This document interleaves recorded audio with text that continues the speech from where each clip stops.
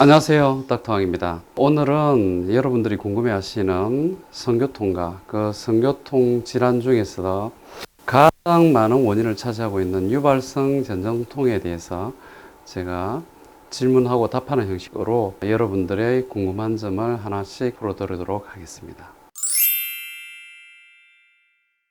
여러분, 이제 성교통이라는 것은 성교 중에 나타나는 통증을 말하죠. 즉, 섹스 중에 나타나는 통증을 말하는 건데, 물론 약간의 어떤 통증은 있을 수가 있지만, 이러한 통증으로 인해 정상적인 성생활을 할 수 없고, 이제 그 사람이 이제 이 통증으로 인해서 상당히 일상생활에서 고통을 느낀다면, 이를 성교통증장애, 즉 성교통질환으로 볼 수 있습니다. 예전에 이제 불감증이라고 불리던 여성 성기능장애를 크게 성욕구장애, 성흥분장애, 오르가즘장애, 그리고 성교통증장애의 네 가지의 카테고리로 나누는데, 성교통증장애는 여성 성기능장애 중 이제 하나에 속하면서 수많은 나머지 성욕구나 성흥분이나 오르가즘, 이런 성기능 장애들과 밀접하게 연결되어 있으면서 서로에게 영향을 줄 수 있는 그런 질환이라고 볼 수 있습니다. 그래서 이제 대개 성흥분 장애나 오르가즘 장애 이런 것들은 굳이 의사가 아니더라도 성상담가나 성치료자나 카운셀링을 하는 분들이 상담을 통해서 또는 교육을 통해서 이런 부분들을 어느 정도 개선을 할 수 있지만, 성교통증 장애는 반드시 성의학을 전공한 의사의 의학적인 도움을 필요로 하는 질환이라고 볼 수 있죠. 전체 여성 중에서 성교통 질환을 앓고 있는 여성들은 대략 25에서 36% 정도의 환자들이 성교통으로 고통을 받고 있다고 알려져 있습니다.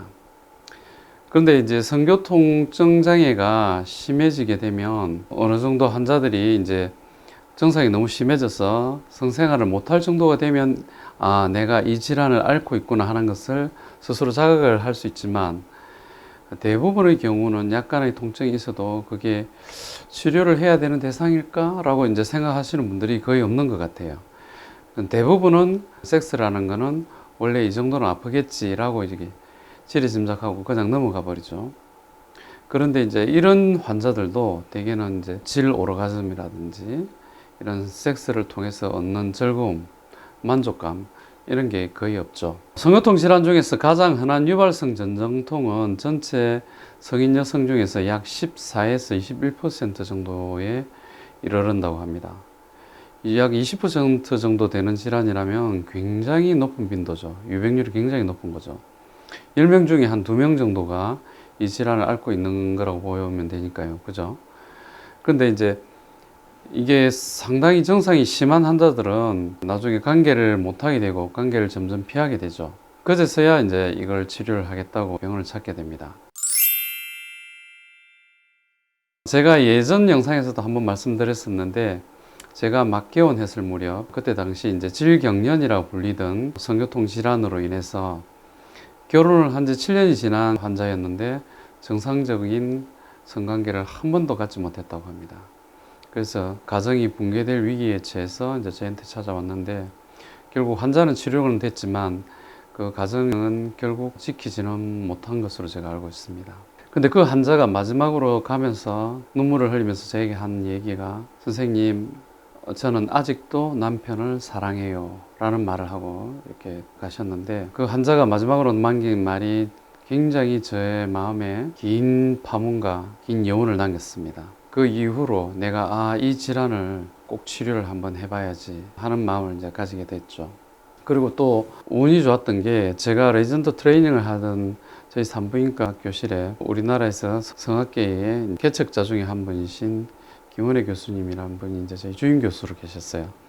이 은사님 덕분에 저는 이제 다행히 성학이라는 학문에 접할 수 있는 기회가 상당히 많았죠. 그래도 이제 그때 당시에는 이걸 그냥 교양 과목 정도로 이렇게 생각하고 교수님 말씀하는 이나 강의를 이렇게 들었었는데, 시간이 지나고 내가 개원이가 되어서 필드에 나온 이후 이렇게 환자를 치료하면서 단순히 성학만으로는 굉장히 좀 부족하다는 그런 느낌이 들더라고요. 그래서 이제 몇 년 전에 우연히 미국에 단기 연수를 가게 됐는데, 그때 이제 새로운 세계에 눈을 뜨게 됐죠. 그래서 그때마다 이제 해마다 전 세계의 여성 성의학을 전공하는 대가들을 찾아다니면서 성교통증장애와 여성 성기능장애를 치료하는 의사로 이렇게 살아오고 있습니다. 똑같은 질환이죠. 10년 전에는 제가 처음 성교통 질환을 치료를 시작할 무렵만 하더라도 외음 전정염이라고 불렸었어요. 이 질환이 이제 염증에 의해서 생긴다고 흔히들 생각했었죠. 그러다가 약 10여 년 전부터 이 질환의 명칭이 외음부 전정염 증후군 등에서 유발성 전정통이라는 질환으로 바뀌게 되었습니다. 왜 그런가 하니 이게 단순히 염증에 의해서 생기는 게 아니고 여러 가지 어떤 복합적인 원인에 의해서 이 질환이 유발되는데, 전정부라고 하는 질 입구를 둘러싼 부위에 통증이 나타나는데, 평소에는 통증을 잘 못 느끼지만 섹스를 한다든지 tampon을 끼운다든지 아니면 산부인과에서 검사를 하기 위해서 질경이라는 기구를 삽입할 때, 이럴 때 뭔가 자극을 유발할 때 통증이 나타난다고 해서 유발성 전정통이라고 불리게 된 것이죠. 그래서 대부분 지금 외국 학회나 논문이나 책에는 provoked vestibular dynia, 유발성 전정통이라는 용어로 다 통일이 됐습니다. 하지만 국내에는 아직도 여전히 외음 전정염이라는 명칭으로 이 질환을 호칭하는 의사들이 있는데, 아직 10년 전의 지식 수준에 머물러 있는 것이죠. 제가 다른 선생님들이 상담하는 것을 인터넷이나 아니면 다른 데서 얘기하는 걸 가만히 들어보면 질 건조증이 있기 때문에 통증이 오는 것입니다 라고 얘기를 하는 걸 많이 봅니다. 흔히들 질이 건조하기 때문에 성교통이 생긴다 라고 얘기를 많이 하죠. 완전히 틀린 얘기는 아니지만 그거는 본질을 잘 모르는 얘기입니다. 폐경이 되기 전의 여성에게 질 건조증이라는 진단명을 잘 붙이지는 않죠.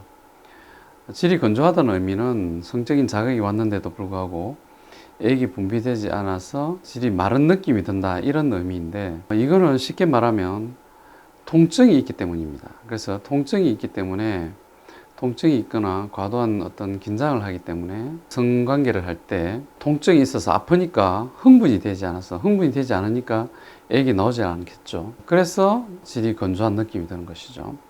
물론 액이 나오지 않기 때문에 통증은 더 심해지겠죠. 질이 건조한 게 문제가 아니라 통증이 문제라는 사실을 반드시 알아야 합니다. 질이 건조한 느낌이 들고 누군가가 당신은 질 건조증입니다 라고 얘기를 한다면, 내가 성교통증 질환이 있구나 라고 생각을 하시면 됩니다. 그래서 이 질 건조증을 치료하겠다고 보통 윤활제 같은 것을 바르라고 많이 얘기를 합니다. 근데 그건 근본적인 치료가 아니죠. 미봉책에 불과하죠. 쉽게 말하면 은발에 오줌 누는 거와 마찬가지입니다. 통증을 유발하는 원인을 찾아서 그 원인을 제거하고 통증을 치료해야 성관계를 할 때 흥분도 잘 되고, 흥분이 잘 되면 당연히 액 분비가 많이 되겠죠. 이 질문은 제가 요즘 우리 환자분들한테 아주 많이 듣는 질문 중에 하나입니다. 제가 올린 영상을 보고 이런 질문을 가끔 하시는 분들이 있어요. 사실 환자분들한테 죄송하게 생각하는 게, 이 질환을 치료하기 위해서 그 멀리서 서울이나 경기도 아니면 그보다 더 먼 지역에서 저희 병원으로 찾아와야 치료가 됩니다 라고 얘기를 할 때, 그때가 제일 참 미안하고 아쉬운 마음을 금할 수가 없습니다. 일반적인 산부인과에서는 이 성교통 질환을 다루는 곳이 별로 없죠. 왜냐하면 저희 교과서에 물론 유발성 전정통에 대한 명칭은 나와 있습니다. 하지만 그 책에 나와 있는 치료법이라는 것들이 주로 마취 크림을 바른다든지 아니면 항우울제를 먹는다든지 아니면 신경 통증을 조절하는 진통제를 먹으라는 그런 내용들의 치료법들, 약 10여 년 전에 알려진 그런 치료법들이 그 책에 실려 있습니다. 그런데 그대로 치료를 해보면 과연 치료가 될까요?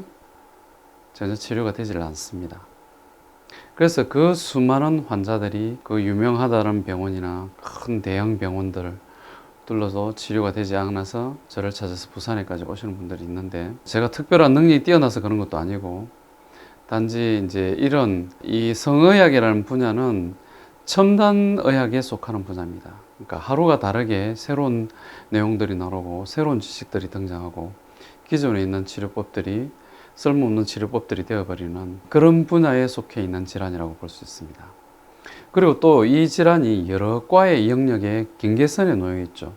한 과의 지식만으로는 이 질환을 치료할 수가 없죠. 그래서 산부인과를 비롯해서 비뇨기과, 정신과, 내분비내과 등 여러 과의 통합적인 지식이 있어야만 이 질환을 치료할 수가 있죠. 저는 우연한 기회에 미국에 있는 세계적인 대가들 밑에서 배울 수 있는 기회가 있어서 이 질환을 공부를 했고, 또 10여 년간의 제가 진료를 보면서 쌓인 나름대로의 경험과 노하우가 쌓여서 저만의 치료의 어떤 프로세스를 만들었고, 이런 방식으로 이제 치료를 하고 있지만, 다른 병원에서 저와 똑같은 치료를 하는 병원은 제가 알기로는 없는 것으로 알고 있습니다.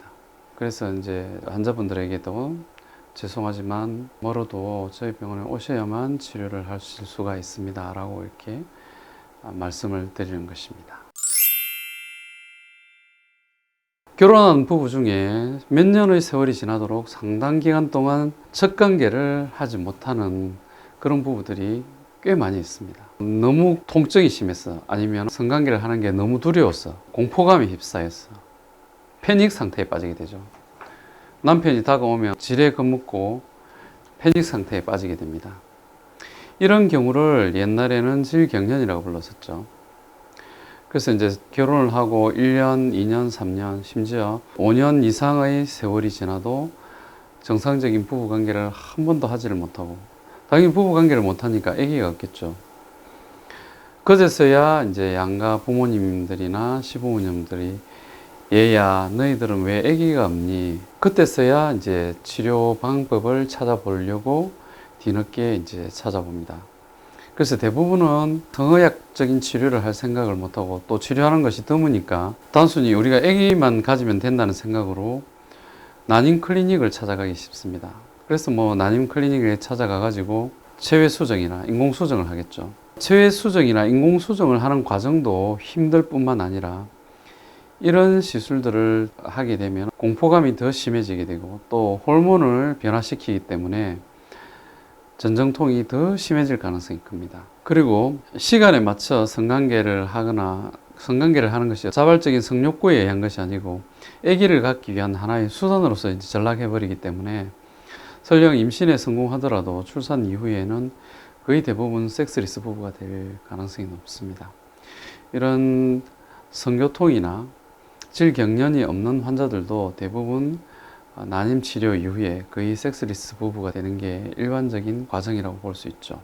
그런데 이게 성이라는 게 종족 보존의 기능은 극히 일부분일 뿐이죠. 거의 대부분은 성관계를 통해서 우리가 인간관계를 설정하고 마음을 교류하고 부부 간의 감정을 교류하는 하나의 수단으로서 섹스가 존재하는 것입니다. 그런데 섹스가 없는 결혼 생활을 여러분 상상할 수 있나요? 물론 섹스 없이도 우리 부부는 행복할 수 있으라고 자신있게 호기롭게 얘기하는 부부들도 저는 봤습니다.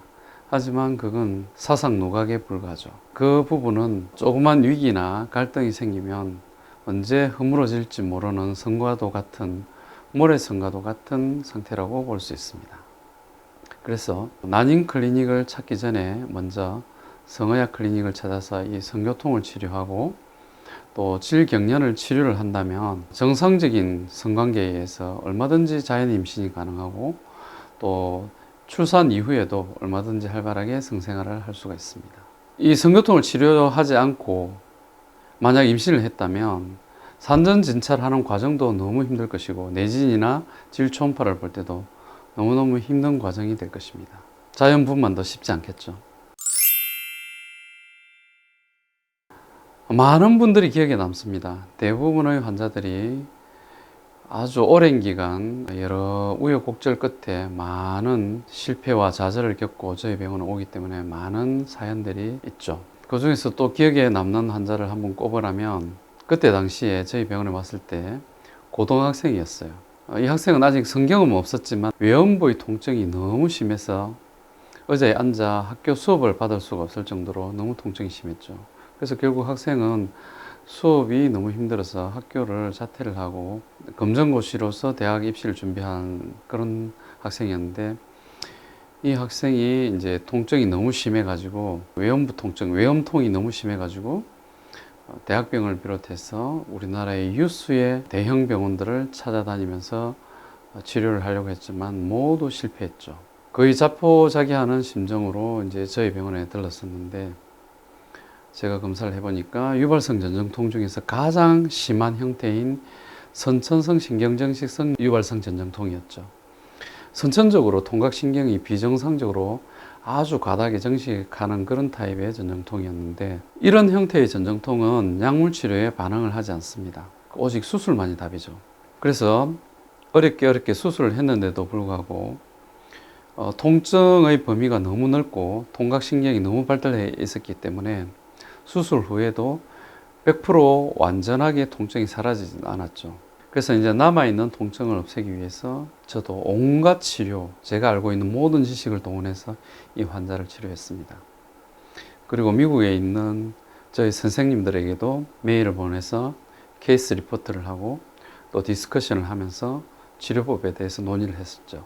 그래서 시간이 꽤 많이 걸렸지만 이 환자의 증상은 서서히 좋아졌고, 이 환자를 치료하면서 저 자신도 굉장히 많이 업그레이드 된다는 사실을 뒤늦게 알게 됐죠. 지금도 가끔 이 환자가 저희 병원을 찾아오곤 하는데, 지금은 어엿한 숙녀가 돼서, 어엿한 대학생이 돼서 남자친구도 사귀고 정상적인 여성으로서의 삶을 살아가고 있습니다. 물론 뭐 제가 잘나고 제가 똑똑해서 이 환자를 치료한 건 아니었지만, 그 시기가 잘 맞았고 또 기회가 되어서 이 환자는 그 고통 속에서 벗어날 수가 있었고, 만약 이 환자가 이 질환이 치료되지 않았더라면 이 꽃다운 청춘이 어떻게 되었을까를 생각하면 굉장히 아찔합니다. 또 이 환자를 통해서 저 역시도 성의학자로서 한 단계 업그레이드 되는 그런 기쁨도 맛봤기 때문에 저 개인적으로도 굉장히 고맙고 기억에 남는 환자입니다. 오늘 긴 이야기 들어주셔서 감사합니다. 혹시 또 성교통과 유발성 전정통에 대해서 더 궁금하신 내용이 있으시면 아래에 댓글로 질문을 올려주시면 제가 공개적으로 답변을 드릴 수 있는 내용이라면 댓글로서 답변을 드리겠습니다. 만약 공개적으로 질문하기가 꺼려지신다면 저희 병원 홈페이지 주소를 알려놓을 테니까 저희 병원 홈페이지에 들어가셔서 온라인 상담란에 질문과 연락처를 남겨주시면 제가 친절하게 상담하여 드리겠습니다. 여러분, 성교통 대부분 치료될 수 있습니다. 희망을 가지십시오. 단지 어떤 치료법을 쓰고 어떠한 의사를 만나느냐가 다를 뿐입니다. 오늘도 긴 이야기 들어주셔서 감사합니다.